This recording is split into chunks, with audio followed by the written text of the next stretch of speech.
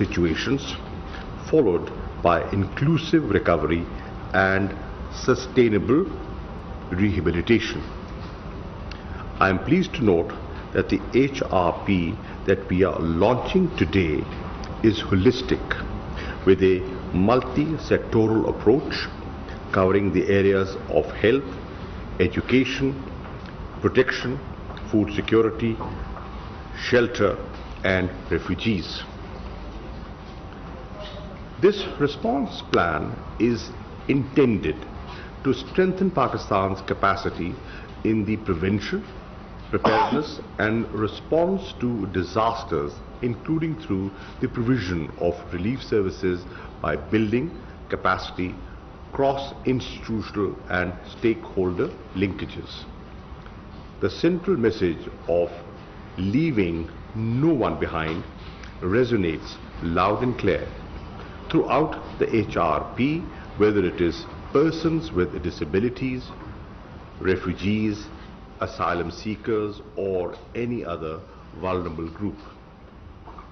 Gender and youth are two important stakeholders and normally among the most vulnerable groups in any situation.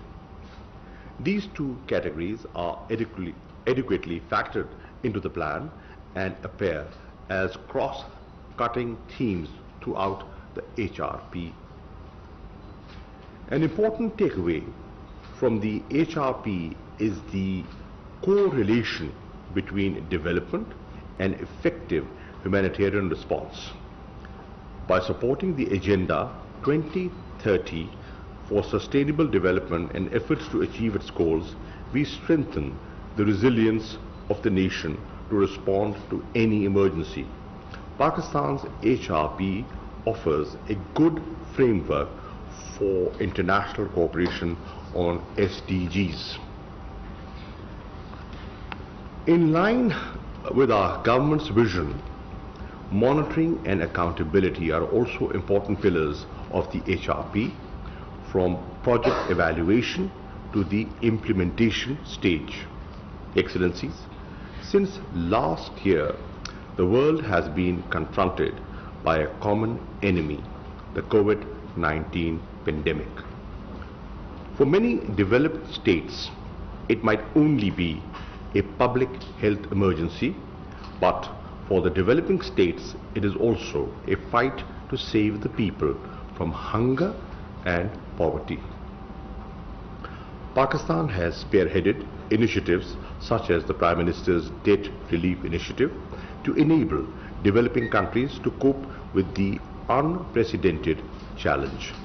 Pakistan has also been advocating affordable and equitable vaccine procurement and distribution. Nationally, we have been following a multi-pronged strategy, focusing on the health as well as socio-economic aspects. A national coordination mechanism was established which continues to guide our COVID-19 response based on evidence and scientific methodology. We are following a people-centric approach. The government undertook the largest cash disbursement scheme of its kind in the country's history under the Ehsaas program, delivering rupees 12,000 per household to over 15 million deserving families, supporting them to cope with the economic shocks of the virus. Last year, a Pakistan Preparedness and Response Plan for COVID-19 was launched. We are thankful to our international partners for showing solidarity with us and supporting that plan. It helped us in mitigating the health and other socio-economic impacts of the pandemic. We are presently undertaking efforts for universal vaccination without any discrimination. A daunting challenge, but our resolve remains unequivocal. We are confident of achieving our goal of vaccination for all. Excellencies, climate change poses an existential threat to humankind. Whilst Pakistan remains one of the low carbon emitters, we are faced with climate risks not of our making. Pakistan is ranked 5th most climate vulnerable country according to Global Climate Risk Index. As part of our efforts to counter climate change, Prime Minister Imran Khan's Billion Tree Tsunami project was implemented in KP province, which has been internationally recognized as a best practice. We are now endeavoring to plant 10 billion trees across the country. Pakistan was a proud global host of the World Environment Day 2021, celebrated in Islamabad on the 5th of June 2021.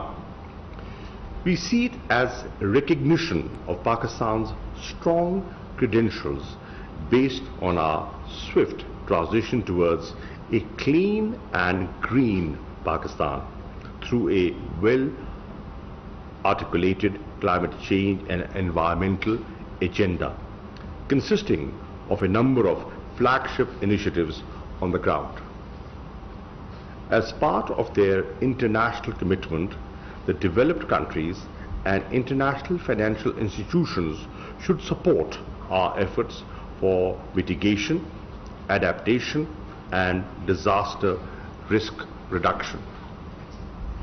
We are aiming at forging partnerships in the field of agriculture, health, renewable technologies, building resilience of the host communities and businesses, and strengthening institutional capabilities to predict and respond to emergencies.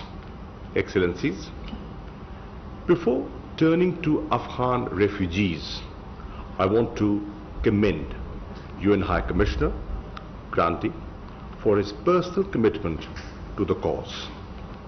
Pakistan's story of caring for refugees is shaped by the human values of our people, the values of generosity, compassion, and hospitality in the face of serious economic and other challenges. When refugees came knocking, we opened our hearts and homes for them. Inclusive treatment has been granted to all categories of Afghans during the pandemic as well, with full access to hospitals, doctors, paramedics, and medicines. Based on our belief that no one is safe until everyone is safe, our vaccination drive is fully inclusive, catering for Pakistani and non-Pakistani citizens alike, including Afghan refugees.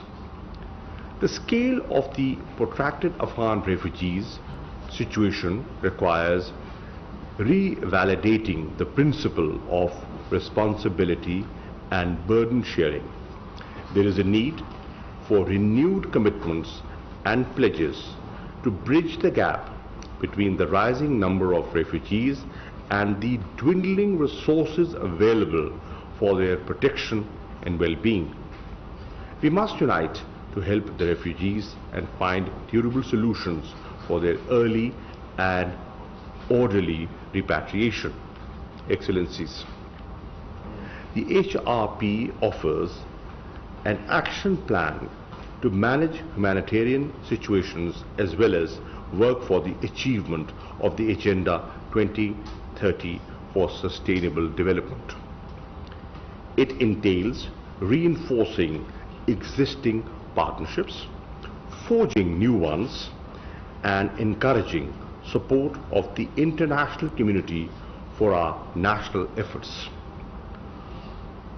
I want to also add my deep appreciation for the resident coordinator and his team, especially the Office of the Coordination of Humanitarian Affairs, for their close coordination with the Government of Pakistan in devising this comprehensive resource plan.